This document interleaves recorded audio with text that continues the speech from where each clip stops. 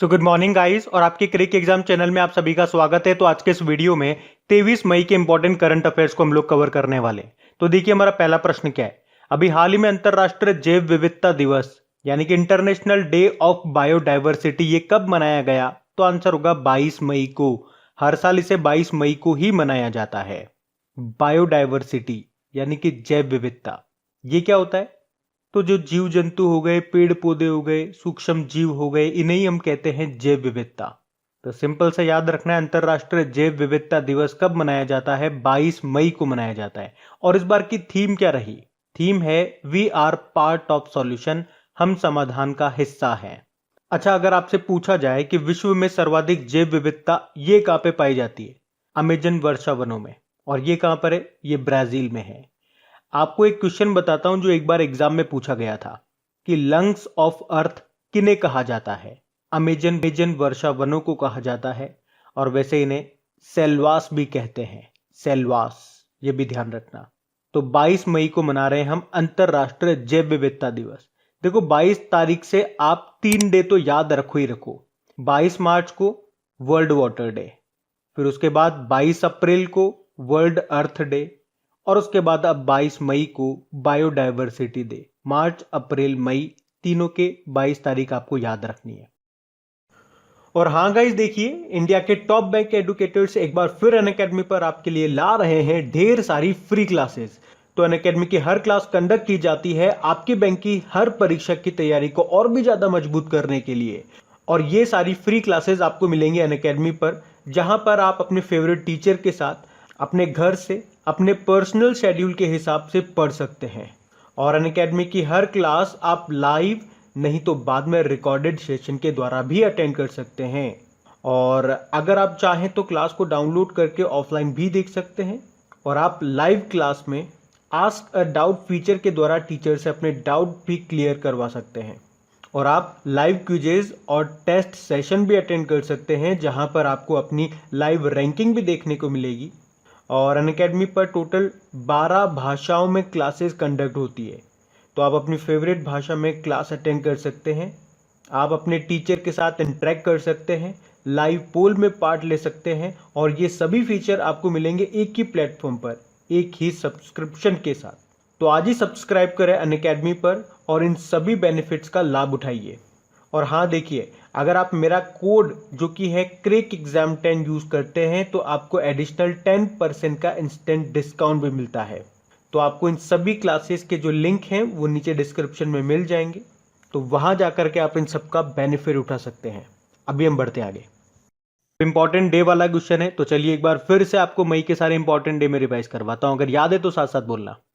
देखो 1 मई को international labour day मनाया, 2 मई को वर्ल्ड ट्यूना डे मनाया, 2 मई को ही वर्ल्ड लाफ्टर डे मनाया गया जो कि मई के पहले रविवार को होता है, 3 मई को वर्ल्ड प्रेस फ्रीडम डे मनाया, 4 मई को इंटरनेशनल फायर फाइटर डे मनाया, 4 मई को कोल माइनर्स डे मनाया, और 4 मई को इस बार हमने वर्ल्ड अस्थमा डे मनाया जो कि मई के पहले मंगलवार को होता है।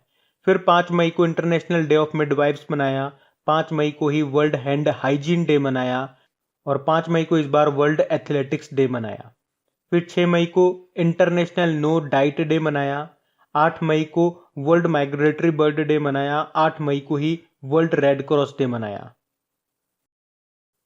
फिर 11 मई को नेशनल टेक्नोलॉजी डे मनाया, 12 मई को इंटरनेशनल नर्स डे मनाया, मई को इंटरनेशनल फैमिली डे मनाया, 16 मई को एक तो नेशनल डेंगू डे मनाया, इंटरनेशनल डे ऑफ लाइट मनाया, सिक्किम का स्थापना दिवस भी 16 मई को होता है, और 16 मई को ही विश्व कृषि पर्यटन दिवस वर्ल्ड एग्रीकल्चर टूरिज्म डे मनाया। 17 मई को वर्ल्ड हाइपरटेंशन डे मनाया, 18 मई को इंटरनेशनल म्यूजियम डे मनाया, 18 मई को ही वर्ल्ड एड्स वैक्सीन डे मनाया, 20 मई को विश्व मधुमक्खी दिवस मनाया, 20 मई को ही वर्ल्ड मेट्रोलॉजी डे विश्व माप विज्ञान दिवस मनाया, और अभी 21 मई को हमने नेशनल एंटी टेररिज्म डे और अंतरराष्ट्रीय चाय दिवस ये भी 21 मई को ही मनाया। तो मई के सारे इंपॉर्टेंट डेज मैं आपको कई बार रिवाइज करा चुका हूं, अब तो कि आपको याद हो जाने चाहिए। बढ़ते हैं आगे। फिर अगला प्रश्न है, सच कहूं तो ये किसकी आत्मकथा है जिसे जून 2021 में लॉन्च किया जाएगा? तो आंसर होगा नीना गुप्ता की। बॉलीवुड एक्ट्रेस हैं ये नीना गुप्ता, और इन्हीं की बायोग्राफी है ये जिसका नाम है सच कहूं तो, जिसे अभी 14 जून 2021 को रिलीज किया जाएगा। बाकी आपको याद होगा सुरेश रैना से इनकी ऑटोबायोग्राफी आने वाली है जिसका नाम क्या है, believe what life and cricket taught me. Sonu Sood की ऑटोबायोग्राफी आ चुकी है जिसका नाम है आई एम नो मसीहा। और पिछले साल हमारे जो पहले ग्रैंड मास्टर हैं विश्वनाथ आनंद, इनकी ऑटोबायोग्राफी आई थी जिसका नाम था माइंड मास्टर। बढ़ते आगे। फिर बताइए अभी हाल ही में किसे प्रतिष्ठित एटेनी ग्लिचिड्स पुरस्कार के लिए चुना गया, तो आंसर होगा हॉकी इंडिया को। तो अभी इंटरनेशनल हॉकी फेडरेशन ने हॉकी इंडिया को इस पुरस्कार से सम्मानित किया है। तो हॉकी की प्रगति और विकास में शानदार योगदान के लिए मान्यता देते हुए हॉकी इंडिया को ये एटेनी ग्लिचिड्स पुरस्कार का विजेता घोषित किया गया। अच्छा, हॉकी इंडिया के अध्यक्ष अभी नए बने थे, नाम बता सकते हो क्या? ये मणिपुर के हैं। अब बताओ, तो आंसर होगा ज्ञानेंद्रो निगोंगबाम। बाकी इंटरनेशनल हॉकी फेडरेशन की बात करेंगे तो इसका हेडक्वार्टर आपको मिलेगा लॉजेन स्विट्जरलैंड में और इसके सीईओ कौन है? Theory well. तो हॉकी इंडिया को मिला एटेनी ग्लिचिड्स पुरस्कार, जबकि उज्बेकिस्तान हॉकी फेडरेशन को पाब्लो नेग्रे पुरस्कार मिला और पोलिश हॉकी फेडरेशन को थियो इकेमा पुरस्कार मिला है। बताइए हाल ही में किसने टेम्पल्टन पुरस्कार 2021 जीता है, तो आंसर होगा जैन गुडॉल ने। तो वर्ष 2021 का प्रतिष्ठित टेम्पल्टन पुरस्कार ये संरक्षणवादी जैन गुडॉल को दिया गया। वे चिंपैंजी पर अपनी विशेषज्ञता और पर्यावरणीय कारणों की विश्वव्यापी वकालत के लिए प्रसिद्ध हैं। जैन गुडॉल इनका नाम है। इन्हें मिला है 2021 का टेम्पल्टन पुरस्कार।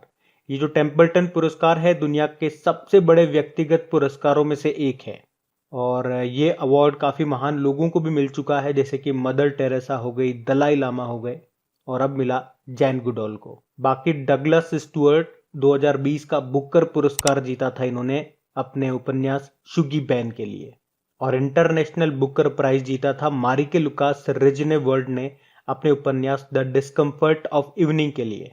बाकी मारिया रेसा ये फिलीपींस की जर्नलिस्ट हैं। अभी यूनेस्को गुइलेर्मो कैनो विश्व प्रेस स्वतंत्रता पुरस्कार इन्होंने जीता था, तो ये नाम भी ध्यान रखने। बढ़ते आगे। अच्छा बताइए 2022 में जो FIFA under 17 women's world cup होंगे ये कहाँ पे होंगे, तो भारत में होंगे। एक्चुअली में अंडर 17 वुमेन्स वर्ल्ड कप जो कि फरवरी 2021 में होने वाले थे वो कोरोना वायरस के कारण रद्द कर दिया गया, जो कि भारत में ही होना था। और फिर फीफा ने भारत को बोला कि आप एक काम करना कि 2022 वाले एडिशन को होस्ट कर लेना। तो अब 2022 वाले एडिशन को होस्ट करेगा Bharat. Under 17 women's world cup की बात हो रही है और ये कब से कब तक होंगे, ये 11 से 30 अक्टूबर तक होंगे, इसकी डेट आ चुकी है। तो 2017 में फीफा अंडर 17 वर्ल्ड कप को होस्ट करने के बाद ये दूसरा टूर्नामेंट है जो कि भारत में होगा। देखो फीफा की बात करेंगे, इसकी स्थापना होती है 1904 में। इंटरनेशनल फुटबॉल फेडरेशन इसकी फुल फॉर्म हो गई और इसका मोटो है for the game for the world. यहाँ से 2 पॉइंट आप मोस्ट इंपॉर्टेंटली याद रख लो, स्टैटिक बन के आपके एग्जाम में आ सकता है कि इसका हेडक्वार्टर कहाँ पर है, ज्यूरिख स्विट्जरलैंड में, और इसके प्रेसिडेंट कौन है, गियानी इन्फेनिटो है। और अगर आपसे पूछा जाए ना कि FIFA under 17 mains world cup ये कहाँ पे होंगे और कब होंगे, तो ये भी पहले 2021 में ही होने थे लेकिन पोस्टपोन कर दिया, अब ये 2023 में होंगे। तो फिर से सुनो, अंडर 17 मेंस वर्ल्ड कप जो होंगे ये पेरू में होंगे 2023 में, और अंडर 20 मेंस वर्ल्ड कप ये आपके होंगे इंडोनेशिया में 2023 में ही। और उसी तरह से हमने क्या कहा, 2022 में अंडर 17 वुमेन वर्ल्ड कप होंगे कहाँ पे, भारत में। और अगर बात की जाए अंडर 20 वुमेन्स वर्ल्ड कप ये कहाँ पे होंगे और कब होंगे, तो ये भी 2022 में ही होंगे और ये होंगे कोस्टा रिका में। तो ये भी आप ध्यान रखना। बढ़ते आगे। फिर बताइए इंटरनेट एक्सप्लोरर ये किस टेक्नोलॉजी कंपनी का प्रमुख ब्राउजर है, तो आंसर होगा माइक्रोसॉफ्ट का। इंटरनेट एक्सप्लोरर इसको लॉन्च किया गया था 1995 में, लेकिन ये बहुत स्लो है। आपने भी यूज कर रखा होगा विंडोज में। फिर उसके बाद 2004 में आता है मोजिला फायरफॉक्स और फिर 2008 में आता है गूगल क्रोम। तो जब ये आ गए तो इंटरनेट एक्सप्लोरर पिट गया और फिर माइक्रोसॉफ्ट ने एक और निकाला वेब ब्राउजर जिसका नाम है माइक्रोसॉफ्ट एज। तो माइक्रोसॉफ्ट एज का इस्तेमाल करेंगे अब, यानी कि माइक्रोसॉफ्ट एक्सप्लोरर को बंद कर दिया जाएगा। और कब करेंगे, जून 2022 में इसे बंद कर दिया जाएगा। माइक्रोसॉफ्ट इसकी स्थापना होती है 1975 में। हेडक्वार्टर इसका वॉशिंगटन डीसी में आपको मिलेगा इसके फाउंडर थे बिल गेट्स और पॉल एलन। वर्तमान में इसके सीईओ कौन है? सत्या नडेला है। फिर बताइए, हाल ही में जारी एक रिपोर्ट के अनुसार स्वास्थ्य बुनियादी ढांचे से जुड़े मापदंडों के लिहाजा से भारत का कौन सा शहर टॉप पे रहा? तो आंसर होगा पुणे। तो अभी ऑनलाइन रियल एस्टेट पोर्टल है housing.com, तो उसकी एक रिपोर्ट आई है और उसके अनुसार जो पुणे है वो भारत का सबसे अच्छा शहर है अगर हम बात करें हेल्थ इंफ्रास्ट्रक्चर की। तो यानी कि पुणे में हर 1000 लोगों पे 3.5 बेड हैं हॉस्पिटल में, जो भारत में सबसे ज्यादा है। दूसरे नंबर पे है गुजरात का अहमदाबाद, यहाँ पे 1000 लोगों के लिए 3.2 बेड है। और इस रिपोर्ट के अनुसार दिल्ली एनसीआर इस लिस्ट में सबसे नीचे है, यानी कि यहाँ का हेल्थ इंफ्रास्ट्रक्चर इतना अच्छा नहीं है। और यहाँ पे हेल्थ इंफ्रास्ट्रक्चर खराब होने का एक कारण यह भी है कि यहाँ पे पॉल्यूशन बहुत ज़्यादा है। तो वैसे तो ये एक प्राइवेट वेबसाइट की रिपोर्ट है, पर अगर हम सरकारी रिपोर्ट को देखें ना, जैसे कि नीति आयोग का जो हेल्थ केयर इंडेक्स आया था, उसके अनुसार अगर हम लोग बात करेंगे तो भारत में सबसे अच्छा हेल्थ केयर कहाँ पर है? केरल का है। और सबसे खराब उत्तर प्रदेश का है। ये हम लोग पहले भी पढ़ चुके हैं। बढ़ते आगे। अच्छा, फिर बताइए, अभी हाल ही में महात्मा गांधी नरेगा कार्यस्थलों पर श्रमिकों की वास्तविक समय की उपस्थिति लेने के लिए कौन सा एप्लीकेशन लॉन्च किया गया, यानी कि उनकी अटेंडेंस लेने के लिए? तो आंसर होगा NMMS एप्लीकेशन।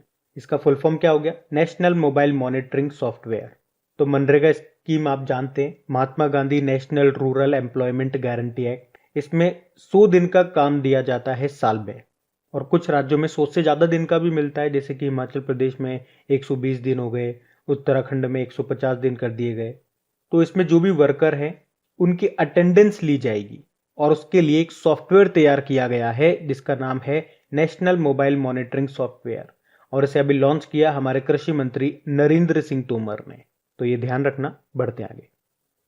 फिर बताइए, अभी किस देश ने अपना सर्वोच्च नागरिक पुरस्कार, जिसे कहते हैं स्वाधीनता पुरस्कार 2021 प्रदान किए? तो आंसर होगा बांग्लादेश।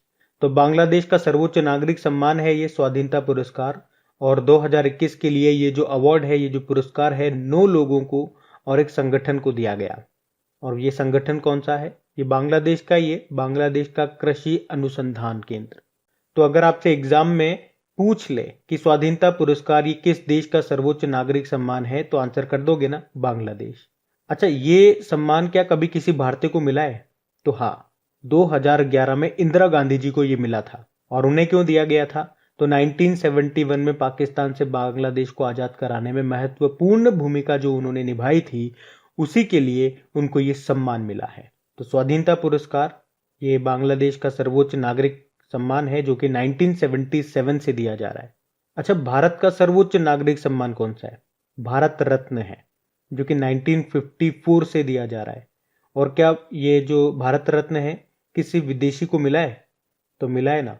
एक तो नेल्सन मंडेला को मिला है, और खान अब्दुल गफ्फार खान को मिला है, जिसे सीमांत गांधी भी कहते हैं। अच्छा चलो, एक प्रश्न मैं आपसे पूछता हूं कि 2020 का गांधी शांति पुरस्कार किसे मिला था? तो आंसर होगा शेख मुजीबुर रहमान। ये बांग्लादेश के जनक इनको कहा जाता है, राष्ट्रपिता इनको कहा जाता है, और इन्हें बंग बंधु के नाम से भी जाना जाता है। अब यहाँ पे तो बात बांग्लादेश की है, तो इसके बारे में भी जान लो। ये रहा मैप में बांग्लादेश। देखो, बांग्लादेश की कैपिटल ढाका है, और यहीं पे आपको बिम्स्टेक का हेडक्वार्टर मिलेगा। प्रेसिडेंट अब्दुल हामिद हो गए, और प्रधानमंत्री शेख हसीना है। आवाम लीग पार्टी है इनकी। उसके अलावा जो बांग्लादेश है, ये शांति और उग्र सेना 2021 अभ्यास करेगी, जिसमें भारत, भूटान, श्रीलंका की सेनाएं भी पार्टिसिपेट करेगी। उसके अलावा मैंने आपको बताया कि जुलाई 2021 में जो 45वें कोलकाता इंटरनेशनल बुक फेस्टिवल होने वाले हैं, उसमें फोकल थीम देश होगा बांग्लादेश। और इसी तरह से जो हमारे 51वें international film festival of India हुआ था गोवा में, उसमें फोकस कंट्री रहा था बांग्लादेश। और यूनेस्को ने रचनात्मक अर्थव्यवस्था के क्षेत्र में 2021 से शेख मुजीबुर रहमान के नाम पर एक अंतर्राष्ट्रीय पुरस्कार भी शुरू करने की घोषणा की है। और बांग्लादेश के शहादत रहमान ने अभी अंतर्राष्ट्रीय बाल शांति पुरस्कार भी जीता था। हम बांग्लादेश के साथ एक तो बोंगो सागर नौसैनिक अभ्यास करते हैं, ये हमने किया था पिछले साल अक्टूबर में बंगाल की खाड़ी में। हम बांग्लादेश के साथ मेनामती मैत्री अभ्यास भी करते हैं, एक संप्रीति युद्ध अभ्यास भी हम करते हैं बांग्लादेश के साथ में। तो याद रखना, बढ़ते आगे। फिर बताइए कोविसेल्फ ये क्या है, जिसे अभी हाल ही में आईसीएमआर ने मंजूरी दे दी है। तो ये कोविड सेल्फ टेस्ट किट है। तो अभी आईसीएमआर यानी कि Indian council for medical research ने इसको मंजूरी दे दी है। किसे? कोविसेल्फ को। कोविसेल्फ ये एक कोविड 19 टेस्ट करने की किट है। मतलब इस किट की मदद से आप घर बैठे बैठे आप कोविड 19 की जांच कर सकते हो, जांच करके पता लगा सकते हो। आपको कहीं बाहर जाने की जरूरत नहीं है कोविड 19 का टेस्ट कराने की, आप पॉजिटिव हो या नेगेटिव हो। और इस किट को डेवलप किसने किया? माई लैब संस्था ने, जो कि पुणे की है। फिर बताइए हाल ही में चर्चा में रहा केयर प्लिक्स विटल क्या है। तो ये एक स्मार्टफोन एप्लीकेशन है, केयर प्लिक्स वाइटल। ये एक स्मार्टफोन एप्लीकेशन है और इसके द्वारा आप अपनी ऑक्सीजन सैचुरेशन पता कर सकते हैं, पल्स रेट पता कर सकते हैं, आपकी श्वसन दर क्या है ये पता कर सकते हैं, और लगभग 95% सटीकता के साथ ये आपको ये चीज़ें बताएंगी। तो कैसे काम करना है? सिंपल सा, इस एप्लीकेशन को डाउनलोड करना है और आपका जो मोबाइल का कैमरा है उसके सामने अपनी फिंगर को स्कैन करेंगे तो आपकी सारी रिपोर्ट स्क्रीन पे आ जाएगी। और इसे शुरू किया है या इसे तैयार किया है केयर नाउ स्टार्टअप ने। अभी आपको याद होगा इसरो ने भी अभी ऑक्सीजन कॉन्सेंट्रेटर बनाए थे तीन। क्या क्या नाम थे उनके? प्राण, स्वस्थ और वायु। और एक वेंटिलेटर भी बनाया था श्वास नाम से। बाकी देखो, अभी आपको याद होगा भारतीय नौसेना ने ऑक्सीजन की कमी को कम करने के लिए ऑक्सीजन रिसाइकलिंग सिस्टम भी डिजाइन किया था। और इंडियन एयरफोर्स ने ऑक्सीजन की कमी को दूर करने के लिए ऑपरेशन ऑक्सीजन शुरू किया। उसी तरह से डीआरडीओ ने मरीजों को दी जाने वाली ऑक्सीजन को कंट्रोल करने के लिए ऑक्सी केयर सिस्टम को डेवलप किया। और अभी महाराष्ट्र ने कोविड 19 की तीसरी लहर का मुकाबला करने के लिए मिशन ऑक्सीजन को शुरू किया। अच्छा, ऑक्सीजन का परिवहन हमारे शरीर में कौन करता है? हीमोग्लोबिन। और कल के वीडियो में आपसे क्या प्रश्न पूछा था? विश्व मधुमक्खी दिवस ये कब मनाया जाता है? तो आंसर होगा 20 मई को। और इसकी थीम थी bee engaged build back better for bees. वैसे 20 मई को एक तो हमने विश्व माप विज्ञान दिवस भी मनाया, वर्ल्ड मेट्रोलॉजी डे। और उसकी क्या थीम थी? Measurement for health. तो आप सभी ने प्रश्न का बिल्कुल सही उत्तर दिया है। और गाइस देखिए, अगर आपको सेशन अच्छा लगा है तो इसे लाइक जरूर करना और अपने दोस्तों के साथ में, जो भी आपका स्टडी ग्रुप है, जो भी आपका व्हाट्सएप ग्रुप है, जो भी आपका फेसबुक ग्रुप है, तो प्लीज वहां पे इस वीडियो के लिंक को एक बार शेयर जरूर कर देना। वहां जाकर के आप मुझे फॉलो कर लीजिए और फॉलो करने के बाद में पास में जो बेल आइकन आएगा आप उसे जरूर दबा लेना, ताकि जब भी मैं ऑडियो अपलोड करूं उसका नोटिफिकेशन आपको मिल सके। और एप्लीकेशन अगर अभी तक आपने डाउनलोड नहीं किए तो उसका लिंक भी आपको नीचे मिल जाएगा। वहीं पे आपको क्विज, वीडियो, पीडीएफ सब मिल जाएंगे।